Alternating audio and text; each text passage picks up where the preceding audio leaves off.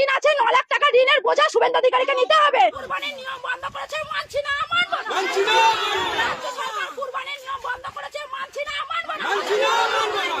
নাহলে আমার স্বামী সুইসাইড করবে বলছে, সন্তান অনাথ হবে, কিভাবে চালাবো? আমি তো মেয়ে মানুষ, আমার কি বাইরে যাওয়ার ক্ষমতা আছে? আমি কি ইনকাম করবো? রেখা পাত্র দিদি ভাই যে কথা বলছে যে গরু যে 14 বছর বয়সীকে কুরবানি দিতে হবে, এ কথা তো এতদিন ছিল না। মাত্র 15 দিন ক্ষমতায় এসে আজকে নতুন নতুন নিয়ম, নতুন নতুন কথা চালু করছে। এই নিয়ম তো নেই, মানুষের জীবনের গ্যারান্টি নেই, তাহলে গরুর 14 বছর জীবনের গ্যারান্টি আমরা কিভাবে নেবো? কিভাবে নেবো? শুধু তো গরুকে খাওয়ালে আর গরুকে দুধ বিক্রি করলে তো আমাদের সংসার চলবে না। কুরবানির কথা ছিল বলে গরু তুলতাম, গরু পুষতাম।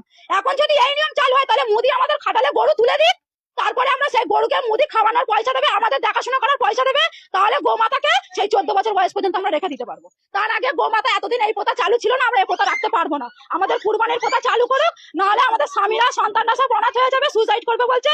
এর দায় শুভেন্দু অধিকারী, রেখা পাত্র, এদেরকে নিতে হবে, নিতে হবে। সরকার বলছে যে গোমাতাকে বাঁচাচ্ছে। গোমাতাকে কিভাবে বাঁচাচ্ছে? এতদিন বাঁচায়নি কেন? এতদিন তো এই প্রথা চালু ছিল। আমাদের লাইফে আমরা এখন এরকম দেখি না, আমাদের স্বামীদের লাইফে আসেনি, আমার শ্বশুরের লাইফে ছিল না।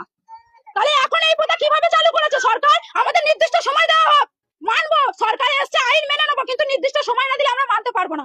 হাতে মাত্র 10 দিন সময় আছে, আমরা কিভাবে মানবো? এই লোন নিয়ে এই গরু পুজো কত টাকা লোন নিয়েছে? আমি প্রায়, আমার লোন আছে, বন্ধন থেকে নিয়েছি 2 লাখ টাকা, স্বর্ণ জয়ন্তী গ্রুপ থেকে নিয়েছি 3 লাখ টাকা। এছাড়া আদেশ আরো মারা নিয়ে রেখেছে আমার থেকে আরো বেশি। তাহলে আমি এই লোন গুলো কিভাবে চালাবো? আরো প্লাস পার্সোনাল পরের কাছ থেকে টাকা নেওয়া আছে সুদে। আমার খাটালে মাত্র 6টা গরু আছে, সেই গরুর উপরে নির্ভর আমার 9 লাখ টাকা দেনা আছে। আমার স্বামী তো বলছে সুইসাইড করবে, আমার বাচ্চা তো অনাথ হয়ে যাবে। আমি বলছি যে আমি কি করতে পারি?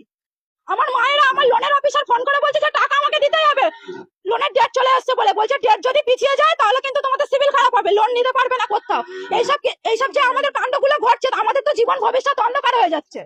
আপনার কতটা গরু চাষ করেছেন? আমার 6টা গরু আছে, 2টো ছোট ছোট বাছুর আছে, 8টা গরু এখন আছে। কি চাইছেন আপনারা? আমরা এই কুরবানির প্রথা চালু হোক, কেনা বেচা যেমন চলছিল সেইগুলো নিয়মগুলো বাদ দিয়ে কেনা বেচাটা চালু করে দিক। আমাদের গরুগুলো বেচাকেনা না হলে আমরা সুইসাইড করা ছাড়া আমাদের সরকার বাধ্যতা। বলছে যে হিন্দুদের বাঁচাচ্ছি। হিন্দুদের এইভাবে বাঁচানো যায় না দাদা ভাই, এইভাবে একদম টোটালি বাঁচা। শুভেন্দু অধিকারী মহাশয় ভুল করছেন। নির্দিষ্ট সময় দেওয়া হোক মানুষকে, নির্দিষ্ট সময়। 15 দিন ক্ষমতায় এসে এখন এগুলো হয় না, এগুলো আমরা মানতে পারছি না। তাহলে আমাদের স্বামী, আমার সন্তানের, আমাদের সংসারের দায়িত্ব নিয়ে যায় লোনের, তারপরে আমার সংসারের যাবতীয় দেনাপত্র দায়িত্ব নিয়ে নিক শুভেন্দু অধিকারী মহাশয়। নাহলে যেমন কুরবানির প্রথা চলছিল সেই প্রথা চালু করে দিক। নাহলে আমার ঋণ আছে 9 লাখ টাকা ঋণের বোঝা শুভেন্দু অধিকারীকে নিতে হবে।